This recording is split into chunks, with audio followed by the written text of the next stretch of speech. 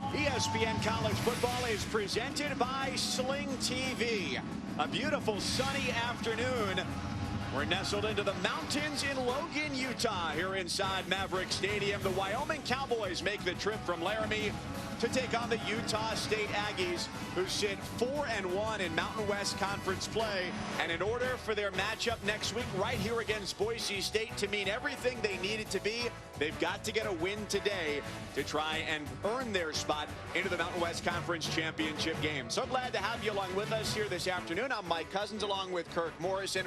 We've got a story of two quarterbacks seeking continued redemption today. On one side, it's Jordan Love for Utah State. On the other, Tyler Vanderwall for Wyoming. Love, a projected first-round pick, coming off of his best game of the season last week. Well, look, think about this, Mike. His best game came off of 2 games in a row in which Utah State lost. And everybody's saying, what's wrong with Jordan Love? He needed a game like last week, over 300-plus yards passing. It was the 2 touchdowns but no interceptions. He looked like the Jordan Love of 2018, which so many people saw they thought was a first-round talent quarterback. We saw that again last week at Fresno. The numbers showed just how talented he could be last year. Lost so much talent to graduation. The numbers have dipped this year. The offense, they've made some tweaks to try and help him and the team get back on track. Tyler Vanderwall, a redshirt sophomore, was a starter a year ago, lost that job. Now, due to injury, he's a starter for the 2nd straight week. Well, he's a little bit different, a different skill set than Sean Chambers, the previous starter. They can get some bigger pass plays going right now with Vanderwall. But for me, look, this offense for Wyoming, it's about running the football. But I think Vanderwall can get some things done in the passing game. 52 degrees. Wind has picked up a little bit here as kickoff has approached. Wyoming winning the toss. They defer. And Utah State will start with the ball. Savon Scarver, we've already seen him take one back this year to the house. School record 5 kickoff return touchdowns this season. 5th in FBS at about 31 yards per kickoff return. And so under the sun with the lights on, here comes Gerald Bright, who stopped short of the 20-yard line for Utah State. A 14-yard return for the senior running back out of Florida.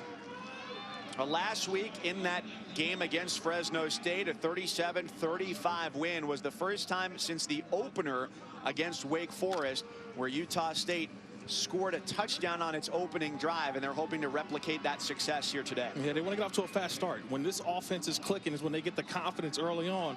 They build off of that first drive of a game. They go empty. The Cowboys blitz. The pass is complete across the middle for a first down and more to Taylor Compton, a gain of 21 on just his 10th catch of the season. Well, it starts with protection first. You get the protection, quick throw, big pickup on first down. And they are right back to the line. Devin Tompkins takes it from Love and gets to the line of scrimmage, maybe a half yard there for the sophomore as they get to the line and they are ready to go. That's going to be heavy breaths for the defense. Logan Wilson, number 30, the linebacker for Wyoming, one of the guys calling the plays defensively, getting the communication across. 5-man rush, and the pressure gets there, forcing the throw to sail a little bit high over Cioce Mariner, the leading receiver for Utah State. So their time of possession, for those of you scoring at home, 130, that's last at the FBS level because of how quickly their drives go. And if they go 3 and out, which has been the case a lot of weeks this year, the offense doesn't stay on the field very long. And at the end of that play, an injured Cowboy back at the 30-yard line.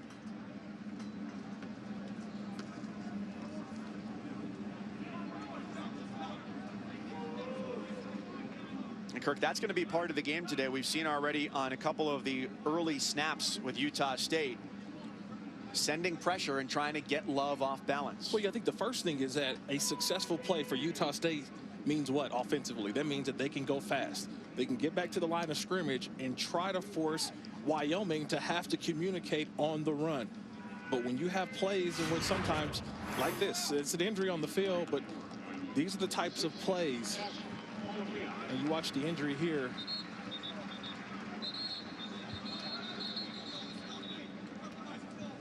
It's one of those hits, Mike, I tell you, it doesn't look like much, but a lot of times you get that elbow, it's locked in there, and you almost hit your own self, right? But he's trying to protect not only himself, but protect the quarterback as well. So that's also good awareness.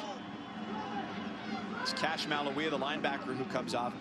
Has that happened to you before? It has happened to me before, Mike. It's just, you're trying to be cautious. You don't want to hit the quarterback above the head or neck area. We know that it's targeting in college football, but the awareness that time almost got himself hurt. And already it's a 3rd and 9. Flag comes in from the near side. False start against Utah State. False start. Number 13 of the offense. 5-yard penalty. Still 3rd down. Mike Catone, our referee today. So when we talked about time of possession, how they're quick on and quick off the field, it's drives like this when they stall out and they're quick back to the line of scrimmage. Not a lot of time between plays. They put a big burden on their defense. Well, 3rd and 14, there's not a lot of plays in the playbook for 3rd and 14. Well, can we get some for everybody? Well, I'll tell you this, the play that you can always run, you look for the screen plays right here, especially with the ball in the right hash. Always look for the plays over to the field. The screen is batted and intercepted. The pressure comes and it pays off for Wyoming. They're right on the doorstep of the red zone. It's Javari Jackson put it in the air and came down with it. You think about Javari Jackson over the last couple of weeks. Last week he had the big forced fumble, and he recovered the fumble last week. This time just an athletic play, gets up, get a hand up, deflect it, and then go get your own interception. That's an outstanding play by the junior defensive tackle, just making a play. If you can't get to the quarterback, you always talk, get a hand up. You get a hand up, good things happen, and showing off some athleticism. That's why he's wearing number 86, Mike. He's not just a D tackle. He's showing he can play a little tight end as well. That's a big guy to have that agility, 6'5", 276, and he sets them up great. Vanderwall throws first down. His pass low and pulled in by Austin Conway, the senior receiver from Aurora, California. They were a little worried about him this year. Didn't practice until Thursday, and Vanderwall has room to improve in his completion percentage now as he takes over with Sean Chambers, the starter for most of the year, out for the rest of the season with an injury. Contrasting styles offensively, right? I mean, you can take a deep breath now. Just a little bit of time that they wait at the line of scrimmage. Much different offensive take for Wyoming. Throwing again and miscommunication. Closest receiver there was Rocket Ismail Jr., who's got the most catches with 14 on this team, a very run-heavy squad. 3rd and short, it's Wyoming. They bring in the big boys. They bring in the heavy package. They want this game to be in a telephone booth, Mike. They want to make sure this thing is tackle to tackle.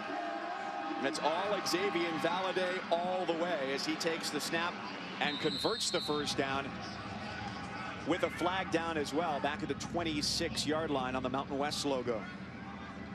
It's an interesting flag on the play. It looks like the officials counting the players, just making sure that Wyoming has 11 and not 12. There's no foul on the play. First down. So let me tell you what happened. The official, he's looking at all of these different bodies. They lined up like at least 7 guys to the right of the center. And so the referee's trying to look and see how many guys are on the field. They do it again. Not quite as successful that time. I'm still going back to that last play. He threw the flag just to double check himself and counted after that and decided to take that flag away. But it's been Xavier and Valladay. This has been his show over the last 3 weeks. 96 carries combined. He's been the workhorse. He's going to be a guy, we call his name a ton today, Mike. It's just, for me, how many carries do you give him? I don't see 37 today in his future.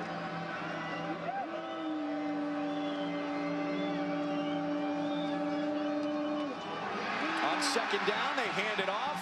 Brett Brenton, who's got just 19 carries on the year, gets blown up by Devin Anderson, the defensive tackle, who's going to come off with his helmet popping off on the play. Yeah, but it starts with a bad snap by the center, Keegan Kreider. That snaps high, and what happens there?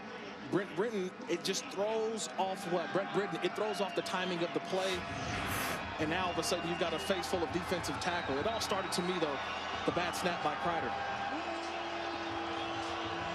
And it's Brenton at running back on third down. An indicator that they're going to pass.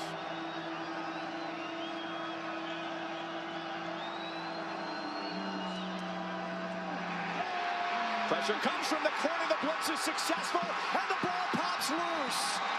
Troy Leffridge from the secondary forces pressure and falls on the loose football. Another turnover.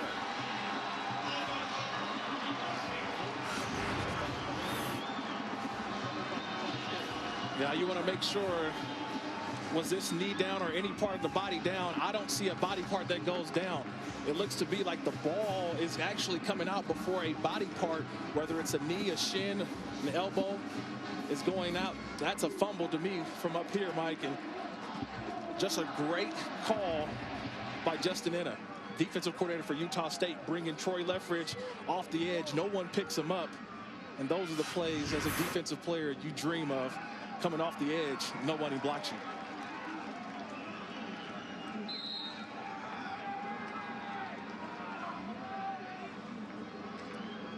So Love gets it again, coming off of the best game he's had this year. Completed 30 of 39 attempts for almost 400 yards and 2 passing touchdowns in Fresno last week. Gerald Bright takes the handoff, runs into the melee, and picks up 3 yards. Bright, the running back, started out his career as a wide receiver, then moved to running back in 2017. A high school quarterback, has done a little bit of everything. Love drops it and quickly recovers as they lose the yardage gained on first down, and a few more on top of that. It'll be 3rd and 12. Look, sloppy start here on this 2 p.m. local kick so far. 2 balls on the ground, 1 by each side, and an interception so far. Both these teams not off to their best starts. Love steps through the pressure like a maze and then tumbles down. So on back-to-back drives, the quarterbacks are brought to their feet by pressure, and the short drive for Utah State is emblematic of what a lot of their season has been this year. Yeah, just a nice rush on the outside. Number 51, Solomon Byrd, the redshirt freshman. Nice little spin move to the inside, which flushed Jordan Love out of the pocket, and you get the rest of the Cowboys rallying to get him down to the ground. There is a flag down on this punt for Utah State. Austin Conway gets out of the room. Takes an Aggie bounce and roll inside the 25-yard line. Flag back at the 29-yard line after a punt that right now goes for 46 yards.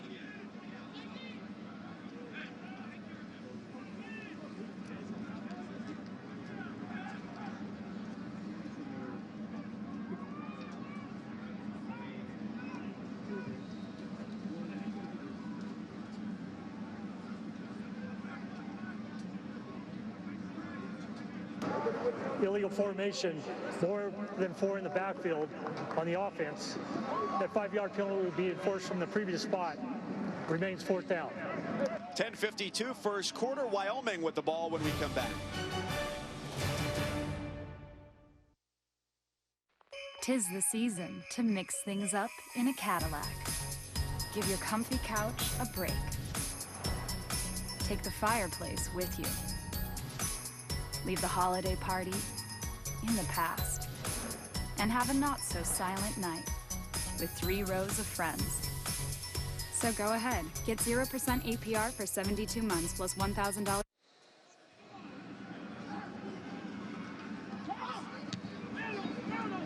So after the penalty, a re-kick.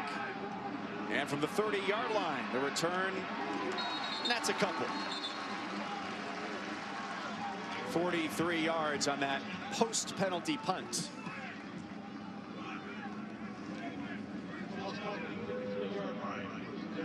Nothing on the board here in Logan, Utah. The Aggies hosting the Cowboys of Wyoming. Mike Cousins along with Kirk Morrison. Glad to have you with us under a sunny sky. A little bit of wind here today. Wyoming, rush heavy. Top 20 in the country in terms of rush attempts. Almost 45 a game. They don't pass very much. 126th out of 130 teams. Tyler Vanderwall, the redshirt sophomore, started last week against Boise State. He loads up here and throws over the middle. Incomplete, looking for Conway, who got tied up. And as we talked about Xavier Valade, Vanderwall's running back, 124 yards last week against Boise State, the most the Broncos have given up to any one rusher this season. So that's a great mark against what has been, over the last several years, one of the best defenses in the Mountain West. Yeah, you run it 37 times, you better get 124 right. yards. Let's be honest. He earned every bit and every yard last week at Boise. Valadez gets the carry, skips through the left side of the offensive line and hits the 40-yard line to pick up 7 yards and set up 3rd down and 3. Well, they list Xavier Valadez at 6 foot 196. But when you watch him run the football, Mike, he's got great power. He's got a great first step, but then to me, he also has the patience. He allows the blocks to develop, and once he sees it, he hits it and go. But looking at 3rd down, trying to get the ball out quickly. That's what Tyler Vanderwall, they need to do. Get the ball out quickly. See the bunch formation here to the bottom. Try to get the ball out quickly.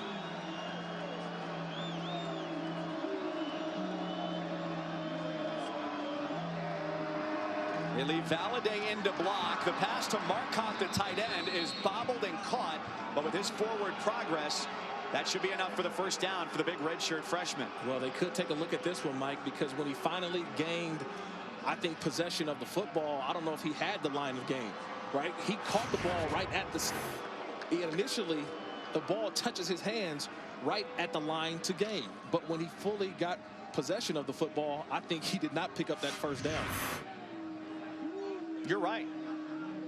Yeah, where he finally possessed it was behind the sticks.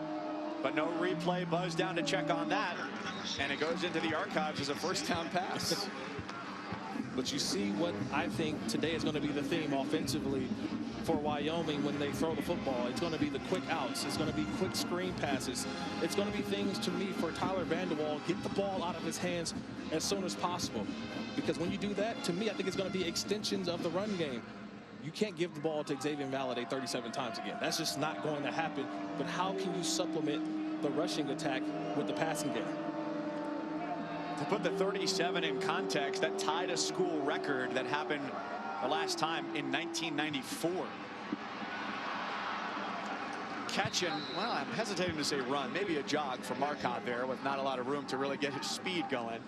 But he's got another 1st down catch as he's slow to get up at the 45-yard line. Another quick throw, and this is a one. I'll tell you this, he felt this one. Marcotte, he catches this football, he turns up, but just watch the end of the play.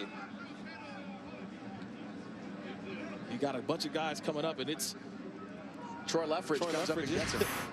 Wow, that's a big hit. An update when we come back. ESPN College Football is presented by Sling TV, the best of live TV, and get thousands of top shows and movies on demand. Statue of Merlin Olsen outside Maverick Stadium here at Utah State, an All-American football player who graduated in 1962. He's in the Pro Football Hall of Fame, college football. He announced 4 Super Bowls, too. Had a pretty solid TV career, not just in sports, but Little House on the Prairie as well. Worked with the great Dick Enberg and with Dick Stockton as well, announcing football on TV. One of my former partners, the great Dick Stockton. Jackson Marcotte, the tight end, redshirt freshman out of Mount Carmel, Illinois, made the catch, got the 1st down, but a hard hit from Troy Leffridge, the safety, still has him down on the field as a cart is coming out. Yeah, and Leffridge literally just goes right down, and it looks to me like that left leg of Marcotte that really took the brunt of that hit from Leffridge. Clean, legal hit. I don't think anything wrong about that one, but it's just the physicality of football. Doesn't this remind you a little bit of why chop blocks are illegal? One guy goes low, one guy goes high. On the offensive line, it's illegal to do that. Here, it's just incidental that's where he was being tackled, but that's why, because it's hard to defend yourself in that situation as a ball carrier. Well, I think we always got to look at the tail of the tape, and 5'11", 190 is Leffridge, and you look at Marcotte at 6'7", 250. I'm just saying, I'm not going to go high on a big tight end like that. I'm going to go low. And a lot of times when you do go low, you see what the result is. Already 2 1st down catches for Marcotte today. Had 7 catches on the year coming into play today.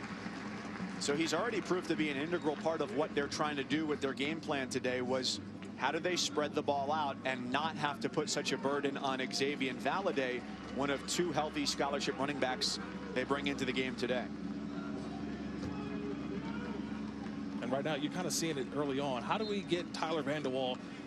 How do you get him in rhythm, right? I think last week's game, I know it was a loss, and I know people hate hearing this, but I think he still built some confidence to go toe-to-toe with the Mountain West Conference's best team, Boise State, and literally come within a field goal of beating him.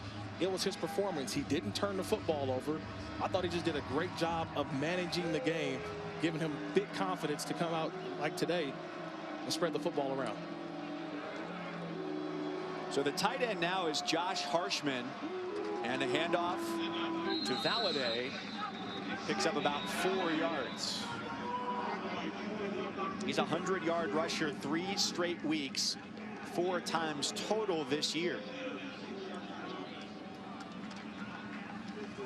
I think another thing too, when you go on the road to face Boise, although really wherever you face them is likely going to be an important game. Right. Craig Bohl, now in his 6th year as the head coach of Wyoming, said, can we compete at that level emotionally, yes, physically, when we're playing against a team that doesn't have the track record of Boise State? Although not that Utah State is far off from there. 4-1 in conference play. The Broncos are undefeated. And Utah State with a win today sets up a crucial matchup with Boise next weekend right here in Logan. Well, let's just make it clear, Mike. Everyone knows, especially in the Mountain Division, it's been ran by Boise State every year. And it's almost kind of the line of demarcation. It's how do you do against Boise? But it's games like this that get you set up for those big games. And here again, 3rd down. Where does Tyler Vanderwall go with the football?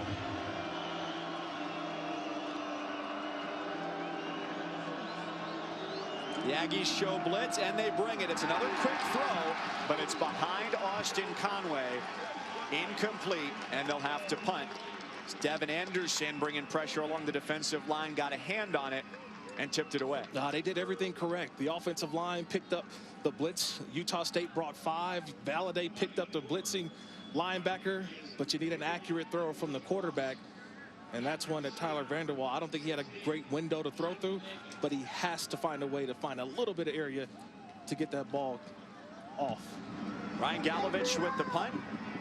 Jordan Nathan lets it go, and it's out of the back of the end zone for a touchback. 6:57 in the first quarter. No score. Utah State and Wyoming.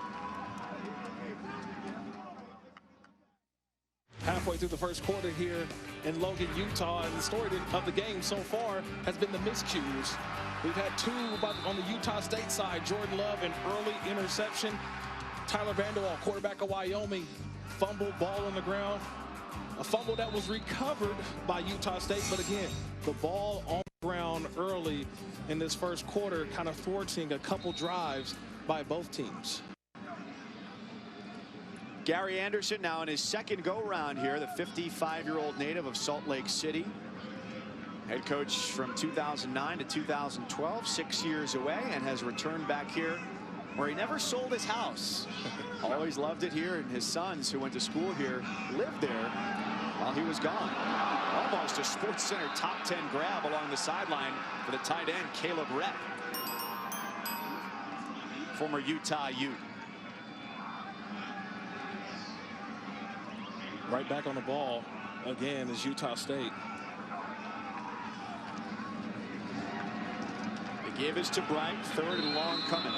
So as Utah State gets to the line quickly here, what are you thinking about defensively? One is, all right, well, I got to catch my breath. We've got an injured Cowboy at the end of the play. Beyond that, where are your eyes going, and what are you thinking about, especially from your spot at linebacker? Yeah, middle linebacker. The first thing is always communication, Mike. It's the communication has to go to the other 10 guys, right? All 11 have to be on the same page, especially with the hurry-up type of offense. All you need is one guy to not get the call, whether you're playing zone, whether you're playing man.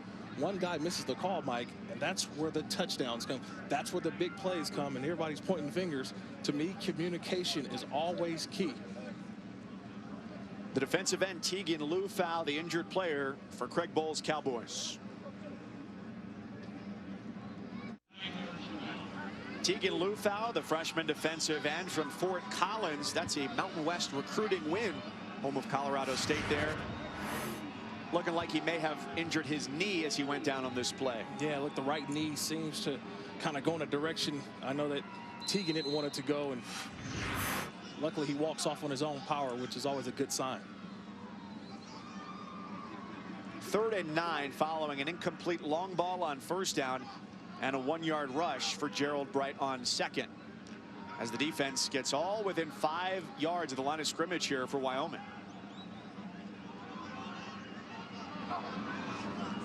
They disguise their pressure.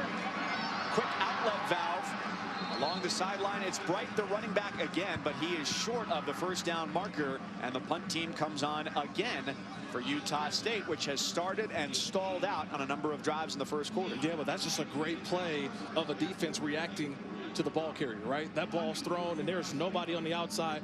When you have 11 guys hustling to the football, you got 11 hats on the ball. That's how you get off on 3rd down.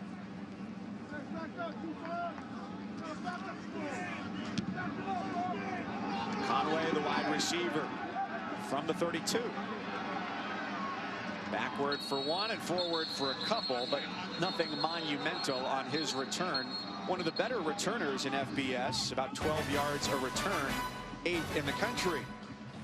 Big game Saturday night football, 7:30 Eastern, Oklahoma and Baylor. A game so good you'll want to jump in the Brazos River to watch this one, as we saw on game day today.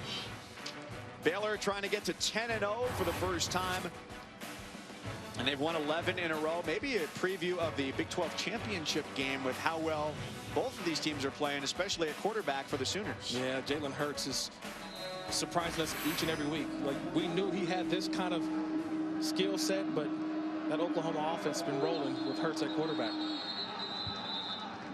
Misdirection draws whistles. This penalty against Wyoming. False start. Number 75 of the offense. 5-yard penalty. Remains first down. That's on Frank Crum, the right tackle. We did see Alonzo Velasquez, who's been injured, has played on and off this year for Wyoming, returned to the lineup. But Crum has stepped in there, a 3rd-generation Cowboy. His grandfather and father both went to Wyoming.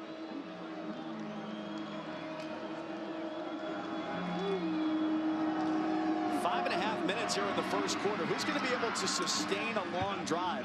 Vanderwall trying to play lead blocker there. Pick up of 11, and that's a good guy to have in front. He's tight end size at 6'4", 214. Yeah, you can always try to help out your ball carrier, but you talked about who's going to sustain a drive.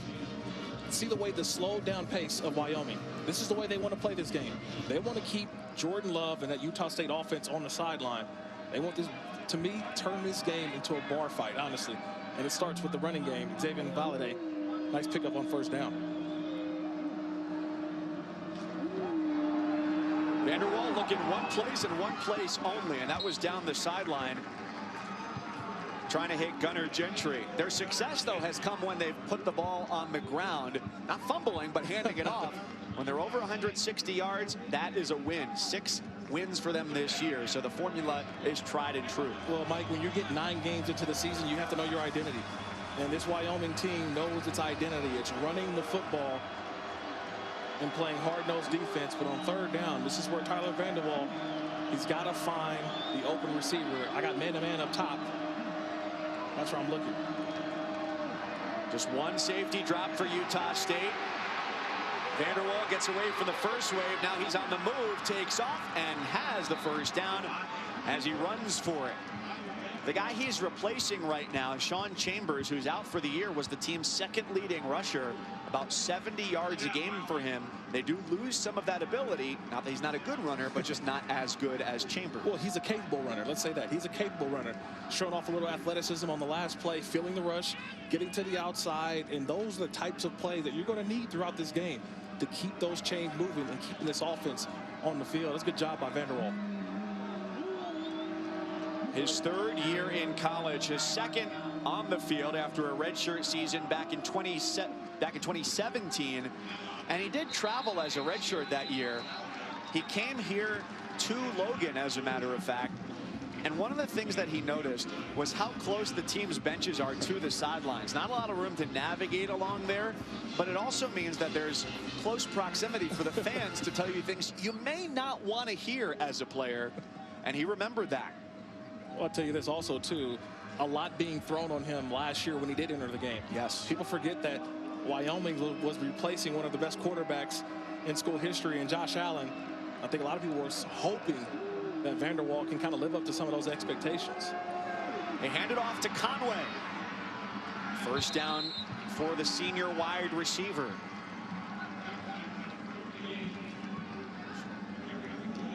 So there's not a lot of room to navigate along those sidelines there. And the bench last year in this game against Utah State is where Vanderwall found himself. He had a bad outing against Fresno State the week before.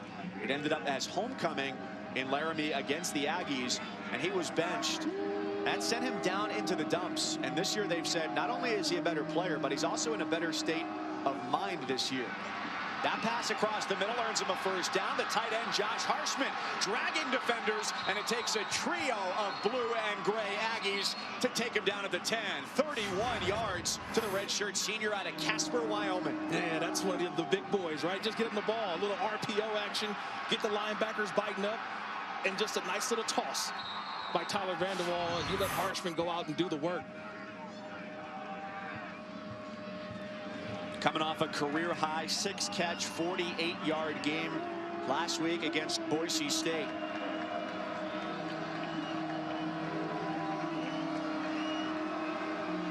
Back to the eye, and Valladay on first down. A hole opens up. He's helicoptered down at the 7-yard line. Look, Wyoming wants to keep this game, Mike, in between 20 yards, right? They don't want this to go outside of 20 yards. Because I think that's where Tyler Vanderwall, that's where he's most successful at. That was just a quick RPO, a 5-yard pass, but that 5-yard pass turns into the run after the catch, right? The yak, yards after the catch. That's where this offense can really find its way today against a Utah State team that, linebacker-wise, we haven't talked about. They're missing a couple guys.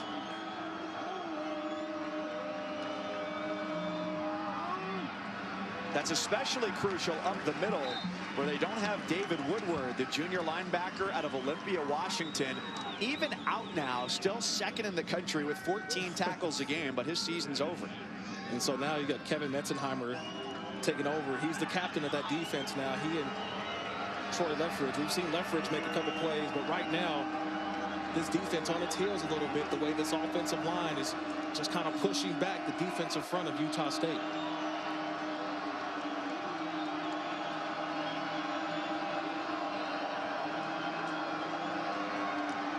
Vanderwall on 3rd and 6. Harshman nabbed it with one hand, finished it with two. He's short of the first down. They had 3rd and 6. Could still pick up another first down here. It's 4th down. What do you do? Oh, you're going for it. You're on the road. You're going for it. You don't send the kicking team out. You're on the road. You're going to go for it. And like you mentioned, Mike, they came up just short of the first down marker. They're not goal to goal just yet. It's the same thing. You rely on that offensive line and the guy who's got you there, number 6, Xavier Valladay. 10th play of the drive. Big quarterback. Valladay to the left, and he stops short. A turnover on downs as the Aggies hold and take the ball back. We just called his name, Kevin Metzenheimer. We just called his name.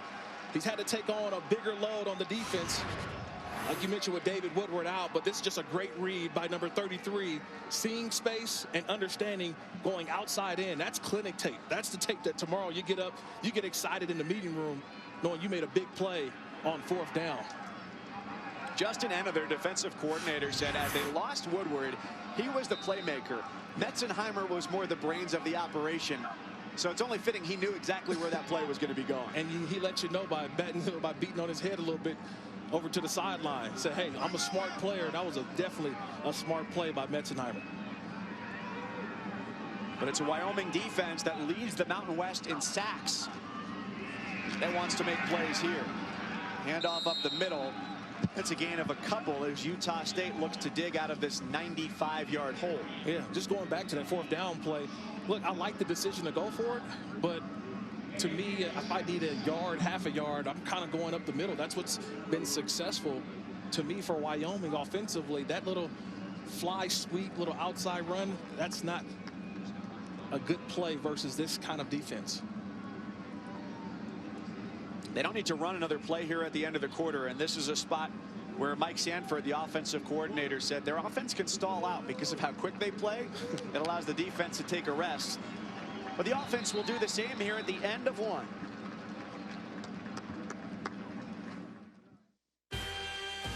Are you ready for Monday night? Find a more inspired drive in an all-wheel drive Mazda that Cars.com says is one of the best driving three-row SUVs. Or one Car and Driver says has the ride quality of crossovers that cost twice as much. See why automotive experts are so inspired with a test drive during Mazda's Season of